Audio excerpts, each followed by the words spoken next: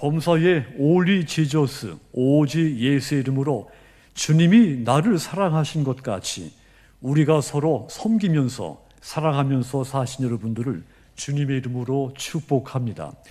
지난 한 주간 동안에는 예수님의 종으로서 나보다 연약한 사람들을 붙잡아주고 또 성령을 위해서 심고 착한 일을 행해서 선한 영향력을 끼치며 사셨다면 이번 주에는 서로 마음을 같이 하시고 늘 범사에 기뻐하시고 영적인 가치를 높이고 실천하며 사시기를 주님의 이름으로 축원합니다. 자, 이 세상에서 최고의 기쁨이 되는 사람에게 내가 해주고 싶은 말은 어떤 말일까요? 반대로 여러분들이 사랑하는 사람에게서 어떤 말을 가장 듣고 싶습니까? 아마도 저와 여러분은 마찬가지로 본문 1절 말씀을 가장 듣고 싶어 할 것 같습니다. 1절 다시 보시면, 그러므로 나의 사랑하고 사모하는 형제들, 나의 기쁨이요 면류관인 사랑하는 자들아, 이와 같이 주 안에 서라 했습니다. 누구에게서든지 당신은 나의 기쁨이며 나의 면류관입니다. 이 말을 듣는다면 그분은 이 세상에서 가장 기쁜, 가장 행복한 사람일 것입니다. 여기에서 이 면류관, 운동 경기에서 승자, 이긴 자가 받는 월계관, 화관을 말합니다. 한마디로 이 1절 말씀은 최고의 찬사의 말인 겁니다.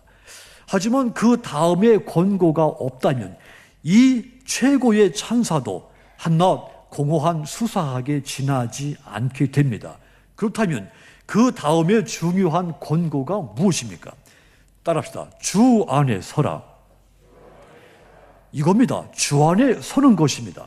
주님 앞에 견고하게 흔들림이 없이 어떤 환난에도 굳세게 서 있을 때 이 찬사가 최고의 찬사가 되는 것입니다. 그런데 여러분, 우리가 주 안에 굳게 서야 하는 진짜 이유는 이 찬사를 듣기 위해서가 아닙니다. 우린 이미 시민권이 하늘에 있는 사람이기 때문에 이런 찬사를 듣는 것과 상관이 없이 주 안에 서야 되는 것입니다. 빌립보서 3장 20절과 21절 보시면, 그러나 우리의 시민권은 하늘에 있는지라 거기로부터 구원하는 자 곧 주 예수 그리스도를 기다리노니 그는 만물을 자기에게 복종하게 하실 수 있는 자의 역사로 우리의 낮은 몸을 자기 영광의 몸의 형체와 같이 변하게 하시리라 그랬습니다. 우리가 주 안에 서서 예수님의 재림을 기다리는 사람들이라고 했습니다. 주님께서 그런 우리를 주님과 함께 영광의 형체로 변하게 하시고 주님의 영광에 함께 참여하게 해 주시겠다, 약속의 말씀입니다. 그래서 주 안에 서는 것이 중요한 것입니다. 주 안에 서라, 이 말을 쉬운 성경으로 읽으면 이렇습니다. 주님을 계속 따르십시오. 또 이 말을 공동번역 성경으로 보면 주님 안에서 굳세게 살아가십시오, 이런 뜻입니다. 그렇다면 여러분, 우리가 어떻게 사는 모습이 주 안에 서는 모습이 됩니까? 또한 우리가 어떻게 해야 예수 그리스도를 계속 따라가면서 그분 안에 굳세게 살아갈 수가 있겠습니까? 가장 먼저는 마음을 같이 해야 되는 겁니다. 저와 여러분이 마음을 같이 하고 여러분들이 서로 마음을 같이 해야 주 안에 굳게 살아갈 수가 있습니다. 공동생활에서 같은 마음을 품는 것보다 더 중요한 것은 없습니다. 동상이몽, 같은 침상에서 각기 다른 꿈을 꾸는 것을 비판하는 이야기죠. 한 가족이라면, 한 공동체의 성원이라면 꿈이, 목표가 같아야 됩니다. 한 교회 안에 성도라면, 같은 교인이라면 그 꿈과 그 비전이 같아야 되는 겁니다. 어떤 공동체가 됐든지 구성원들이 서로 같은 마음을 품는 것은 그 어떤 요소보다 중요한 겁니다. 분열은 언제든지 딴 마음을 품을 때 시작이 되는 겁니다. 빌립보 교회, 바울의 전도를 받은 자주장사 이 루디아, 이 여성에 의해서 세워진 교회입니다. 그래서 이 상대적으로 그 당시 초대교회 많은 교회들이 있었는데 다른 교회에 비해서 이 빌립보 교회는 여성의 역할이 상당히 컸던 교회였죠. 이 말씀이 기록될 당시에도 두 사람의 여성 지도자가 있었는데 한 사람은 유오디아, 또 한 사람은 순두계라고 하는 여성이었습니다. 유오디아는 좋은 여행이라는 뜻이고 순두계는 행운이라는 뜻입니다. 이 두 여성 지도자, 오늘날로 말하면 권사 정도에 해당될 것 같습니다. 그런데 이 두 여성이 서로 다른 자기 주장, 자기 생각을 내세우기 시작하면서 자주 다투었던 것 같습니다. 교회 안에서 말이죠. 교회 안에서 영향력이 큰 이 권사님들이 서로 마음을 함께하지 못하고 다투게 되니까 이 빌립보 교회 모든 문제들이 순조롭게 풀리지 않는 것은 당연한 일이었죠. 은혜로웠던 이 두 여성 지도자에게서 어느 순간 은혜가 떨어져 버리고 만 것입니다. 그래서 이 두 여인의 다툼과 분쟁이 빌립보 교회 안에 나쁜 영향을 미치기 시작한 것입니다. 그래서 바울이 주 안에서 마음을 같이 하라 권고를 한 겁니다. 그런데 여기서 주목할 내용이 있습니다. 바울이 이 두 여성의 다툼을 이야기하면서 복음을 위해 힘썼던 여인들, 그 여인들의 소개를 그렇게 했습니다. 다투고 있지만 서로 자기 주장을 내세우면서 다투고 있는 이 여성들을 소개하면서 복음을 위해서 힘썼던 여인들이라고 소개를 한 겁니다. 그 이유가 무엇일까요?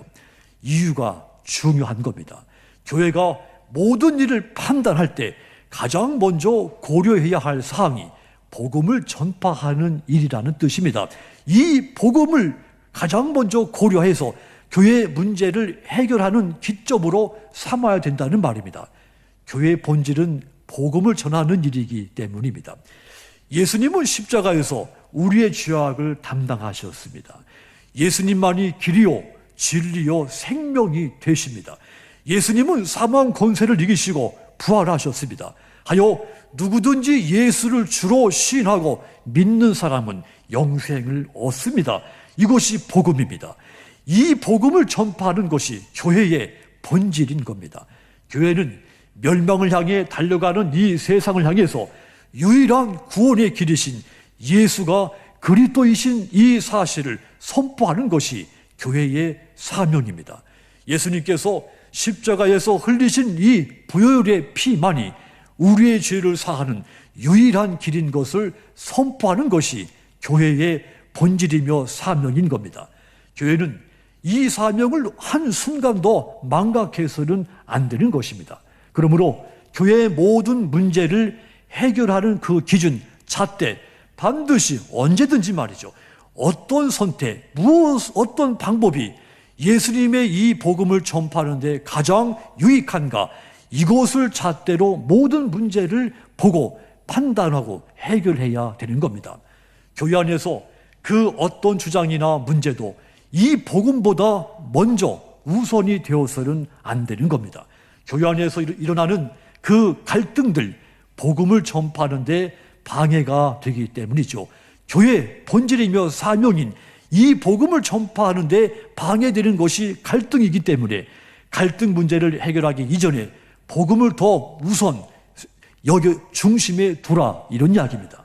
그래서 이 바울, 전에 서로 마음을 같이 해서 이 복음을 전파했던 이 두 여성 유오디아와 순두계 사이, 그들이 은혜를 잃어버리고 다툼이 일어나는 이 갈등을 보면서 다시 고난하노니 주 안에서 같은 마음을 품으라 권면을 한 겁니다. 바울은 3절에서도 이어서 권면했죠. 3절도 보시면 또 참으로 나와 멍에를 같이 한 내게 구하노니 복음에 나와 함께 힘쓰던 저 여인들을 돕고 또한 글레멘드와 그 위에 나의 동역자들을 도우라.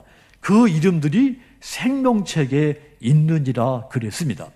클레멘트와 나의 다른 동역자들도 나와 마음을 같이 해서 이 복음을 위해서 힘썼던 동역자들이라고 소개를 했습니다. 이들이야말로 주 안에 바로 섰던 주인공들인 겁니다. 그들은 이 사도 바울을 도와서 복음을 위해 힘을 썼고, 그리하여 그들의 아름답고 명예로운 이름이 생명책에 기록이 된 것입니다. 사랑하는 성도 여러분, 주 안에서 굳게 서기를 원하시는 여러분, 예수 그리스도를 향하여 같은 마음을 품으십시오. 같은 마음으로 이 예수가 그리스도이신 이 복음을 전파하시기를 부탁을 드립니다. 그리하여 주 안에 굳게 선 여러분들의 이름이 생명책에 기록되는 큰 축복이 있기를 주님의 이름으로 축원합니다. 또한 우리가 주 안에 굳게 서기 위해서는 범사에 기뻐해야 하는 겁니다. 늘 기뻐해야 하는 겁니다. 4절 다시 보십시오. 주 안에서 항상 기뻐하라. 내가 다시 말하노니 기뻐하라 그랬습니다. 어떤 상황에 처할지라도 기뻐해야 한다는 것을 강조한 표현입니다. 바울은 실제로 이 편지를 쓸 당시에 로마 감옥에 갇혀 있는 상태였습니다. 하지만 이 바울, 그 가운데서도, 감옥에 갇혀 있는 가운데서도 자신이 먼저 기뻐하는 믿음, 기뻐하는 생활을 나타내 보인 것이죠. 빌립보 교회 교인들도 바울이 그와 같이 감옥에 갇혀 있고 힘든 그런 환경 속에서도 항상 기뻐하고 있다는 것을 잘 알았습니다. 그래서 이 바울 더욱더 자신 있게 이 빌립보 교인들 향해서 여러분들도 나처럼 항상 기뻐하십시오, 권고할 수 있었던 것입니다. 바울은 계속해서 기뻐하라고 우리에게 권고했죠. 빌립보서 2장 18절에서도 이와 같이 너희도 기뻐하고 나와 함께 기뻐해라. 너희도 나와 같이 기뻐하자 했습니다. 빌립보서 3장 1절도 보시면 끝으로 나의 형제들아 주 안에서 기뻐하라. 너희에게 같은 말을 쓰는 것이 내게는 수고로움이 없고 너희에게는 안전하니라. 주 안에 기뻐하라고 했습니다. 고린도후서 13장 11절도 보십시오. 마지막으로 말하노니 형제들아 기뻐하라. 온전하게 되며 위로를 받으며 마음을 같이하며 평안할지어다. 또 사랑과 평강의 하나님이 너희와 함께 계시리라. 거룩하게 입맞춤으로 서로 문안하라. 마지막으로 말하는데 기뻐하라고 했습니다. 데살로니가전서 5장 16절은 여러분 다 외우고 있는 말씀이죠. 따라합시다. 항상 기뻐하라. 바울이 이렇게 기뻐하고 기뻐해라. 마지막으로 말하노니 기뻐하라. 다시 말하노니 기뻐해라.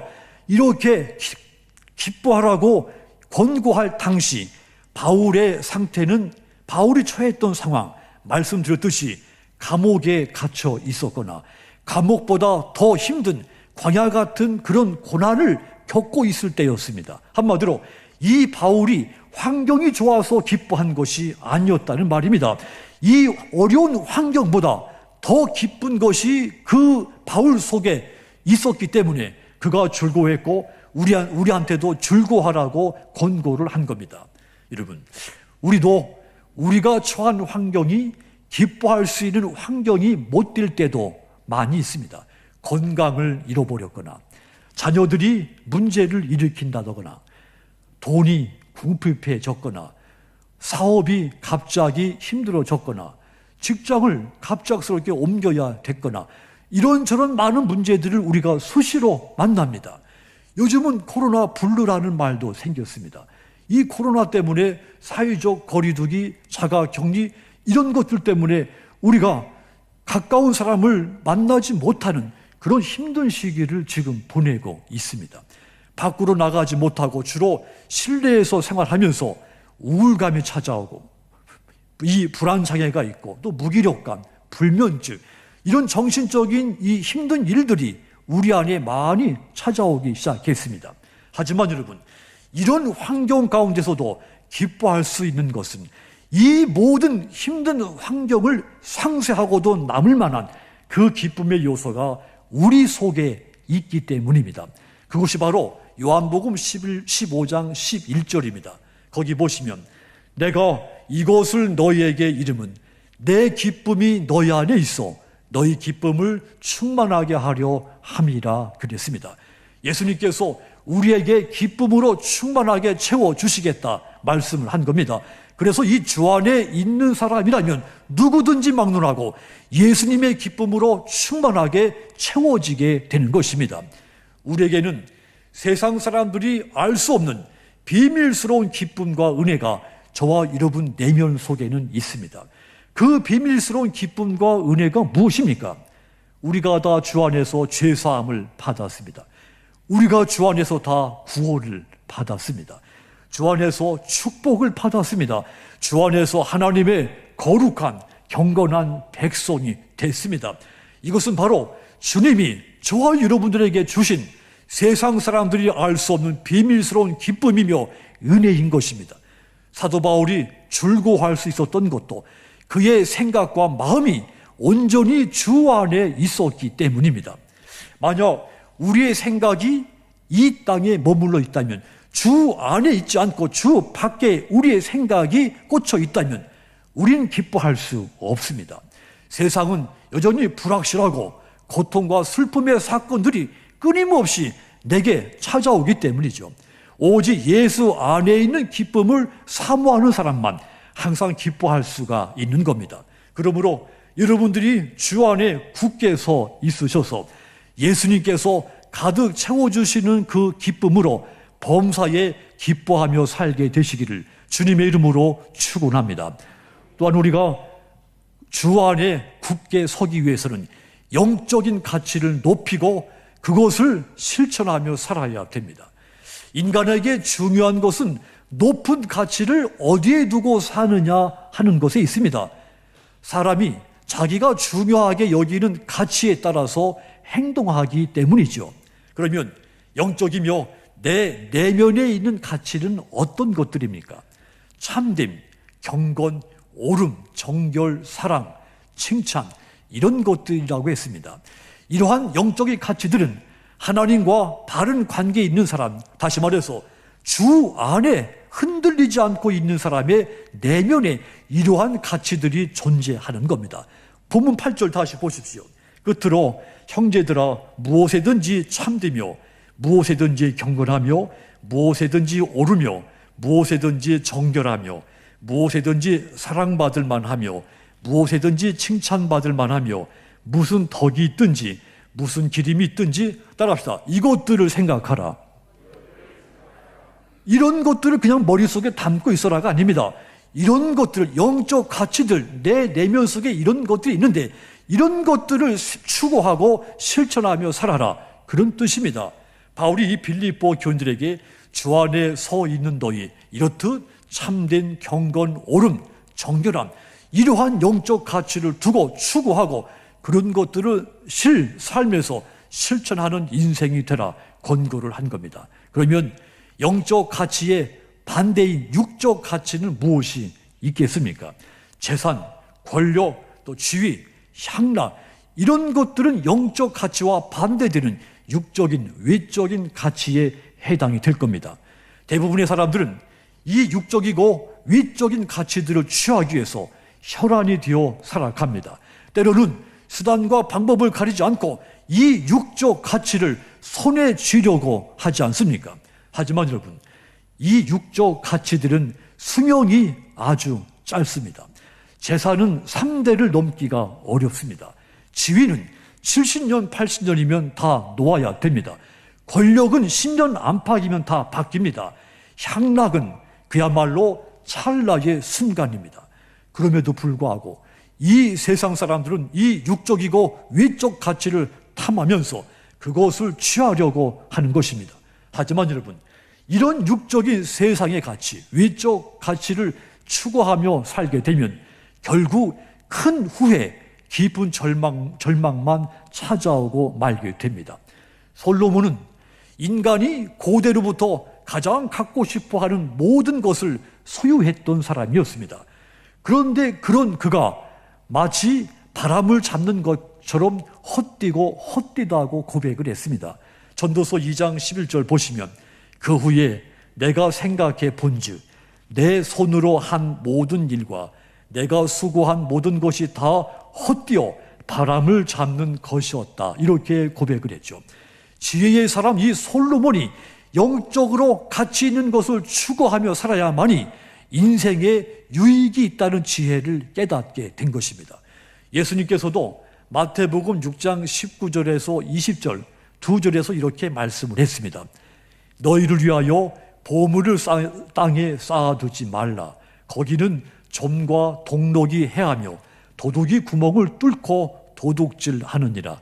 오직 너희를 위하여 보물을 하늘에 쌓아두라. 거기는 좀이나 동록이 행하지 못하며 도둑이 구멍을 뚫지도 못하고 도둑질도 못하느니라. 예수님께서도 세상이 추구하는 육적, 위적인 가치에 마음 두지 말고 영원한 영의 가치에 소망을 두고 살라고 말씀을 주신 겁니다. 예수 믿는 사람은 이 영적 가치를 높이고 이를 실천하는 삶을 살아야 되는 겁니다. 왜냐하면 이 영적 가치, 말씀드린 것 같이 참됨, 옳음, 사랑, 이러한 것은 영원하며 특별히 신앙은 저와 여러분을 영생으로 이끌어주기 때문입니다. 미국의 억만장자인 척핀이라는 사람이 있습니다. 경건한 크리스찬입니다. 그는 한꺼번에 두 켤레 신발을 신을 수 없으니 남는 것은 당연히 기부해야 한다. 이 말로 유명한 사람이죠. 그리고 그는 그 말 고백 그대로 자신이 가지고 있는 99%를 기부한 사람입니다. 억만장자인 그는 겨우 14,000원짜리 시계를 차고 다녔습니다. 부인과 함께 이 샌프란시스코에서 임대 아파트에 살고 있습니다. 자동차도 없고 집도 소유하지를 않은 겁니다. 비행기를 탈 때도 항상 일반석에 앉아서 여행을 했다는 겁니다. 철저하게 검소한 생활을 한 크리스찬이었던 거죠. 이런 모습이 주 안에 굳게 서서 영적이며 내면적인 가치를 높이고 추구하며 실천하는 사람의 모습인 겁니다. 이사야서 26장 7절 보시면 의인의 길은 정직하며 정직하신 주께서 의인의 첩경을 평탄하게 하시도다 그랬습니다. 이 말씀이 오늘 본문 8절 말씀과 연결되어 있는 관주가 되는 구절입니다. 하나님께서 의로운 사람의 길을 곧게 트이게 만들어 주시겠다는 약속입니다. 자, 그러니까 오늘 본문 8절 참되며 경건하며 옳으며 정결하며 사랑받을 만하며 칭찬받을 만하며 이 말씀과 이사야서 26장 7절 의인의 길은 정직하며 같은 뜻을 담고 있는 말씀인 겁니다. 이 두 말씀 다 영적인 가치를 추구하라는 말입니다. 실천하라는 말입니다. 그래야 주 안에 굳게 서라는 이야기입니다. 요한일서 2장 27절도 보십시오. 너희는 주께 받은 바 기름 부음이 너희 안에 거하나니 아무도 너희를 가르칠 필요가 없고 오직 그의 기름 부음이 모든 것을 너희에게 가르치며 또 참되고 거짓이 없으니 너희를 가르치신 그대로 주 안에 거하라. 요한은 주께 받은 기름 부음, 즉 성령의 가르침대로 참되고 거짓이 없이 주 안에 거하라, 주 안에 서라고 권고를 한 겁니다. 그러므로 사랑하는 성도 여러분, 육적이며 외적인 가치가 더 주목을 많이 받는 이 시대 속에서 오직 영적인 가치, 여러분 속에 있는 내면의 가치를 높이고 실행하며 사시기를 부탁을 드립니다. 그래야 범사에 주 안에서 흔들리지 않고 굳게 서셔서 의인의 길을 평탄하게 하시는 이 하나님의 축복을 누리게 되시기를 주님의 이름으로 축원합니다. 사랑하는 성도 여러분, 믿음은 이 세상과 차원이 다른 저 세상에서의 삶이 아닙니다.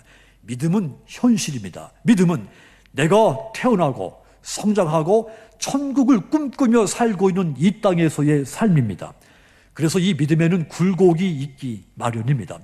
새신자에서부터 수십 년 동안을 믿음으로 산 사람도 믿음이 상승했다가 추락했다가 홀로코스터를 끊임없이 반복하게 마련입니다.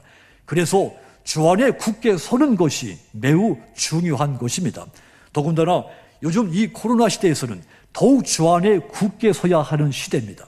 이 시대에서 흔들리지 않고 내 신앙을 지키기가 너무도 힘든 시대이기 때문이죠. 주 안에 굳게 서 있는 사람이 최고의 찬사를 받을 자격이 있는 겁니다. 주 안에 굳게 선 사람만이 최고의 기쁨을 누릴 자격이 있는 겁니다. 그러므로 여러분들께서 늘 주 안에 굳게 서시기 위해서 오늘 주신 말씀대로 범사의 마음을 같이하며 사시고 항상 힘든 가운데서도 범사에 기뻐하며 사시고 영적이며 주님이 내 안에 부어주신 내면적인 가치를 높이고 추구하고 그것을 실천하며 사시기를 주님의 이름으로 축원합니다. 기도하겠습니다.